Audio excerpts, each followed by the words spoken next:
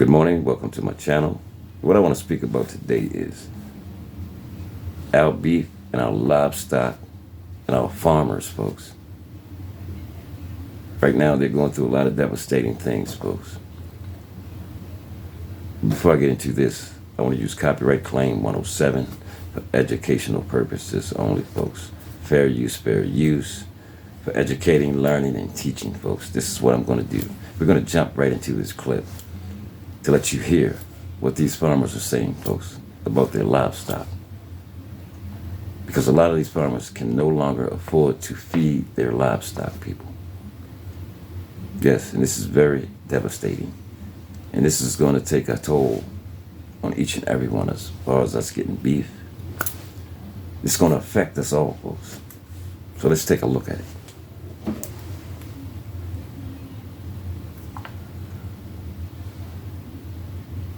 Our cattle ranchers all around the state with no food for the cattle. Ranchers are selling their herds by the thousands. But it could also mean higher beef prices for years to come.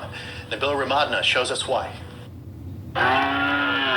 It's another day at the Lamb Passes cattle auction. But you could say this day is extra busy.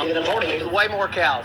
We normally don't see quite as many cows here. Andy Baumeister, who runs the auction, says record heat and drought have left cattle ranchers in a tough spot, and many are now trying to sell their cattle. They're out of grass, out of water. Nobody's making any hay. Terry Frakes owns a small herd of cattle just north of Lamb Passes. He usually grows his own hay. I expect the 75 acres will produce 0 bales of hay this year. So he'll have to buy some, and the latest bale to keep his herd fed wasn't cheap. Last year I paid $60 a bale. That's a round bale. And I just bought some 10 days ago and paid $120. With higher feed prices and more cows being sold, who's buying? Majority of the cows are going to the packers. That demand for ground beef has stayed with us, and that's kept some of the Let me say cows. something. See, this is the outcome of what's going on, folks. This is the outcome of this global warming. This is the outcome, folks. The grass is drying up. The cows have nothing to graze on. This is the outcome of all of this. See, everything that happens can affect us all, folks.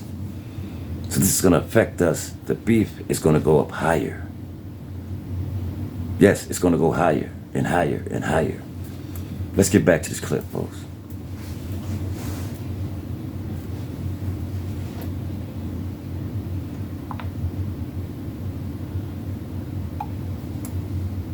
The cull cows or older cow prices high, even though lots of people are selling. Economist David Anderson says the impacts to selling so many cattle could keep beef prices higher for years. We got a lot of beef production today, but in the future we're going to have less because we don't have those cows producing calves. There's not going to be a lot of cattle to sell come this fall. Nabil Ramadna, KXAN News. And a look at the Texas Drought Monitor shows more than 93% of the state is experiencing a drought, with more than 50% under extreme drought conditions. That rain can't come soon enough. Nope. This is what I'm saying, folks. This is going to put an effect on all of us. Yes, it's going to affect us all, folks, because the beef is going to go up higher, because the farmers can't afford to feed their cattle. So this is what the farmers are going to have to do. They're going to have to go out and buy the hay. And the hay is very expensive now, folks. The hay that they're buying for their cattle to graze on and to eat, it's very expensive. So the more they pay, the more we have to pay, folks, for the meat that we buy. So I thought I would just give you a little update on this, folks. So if you like this work, stay tuned, folks. It's more to come.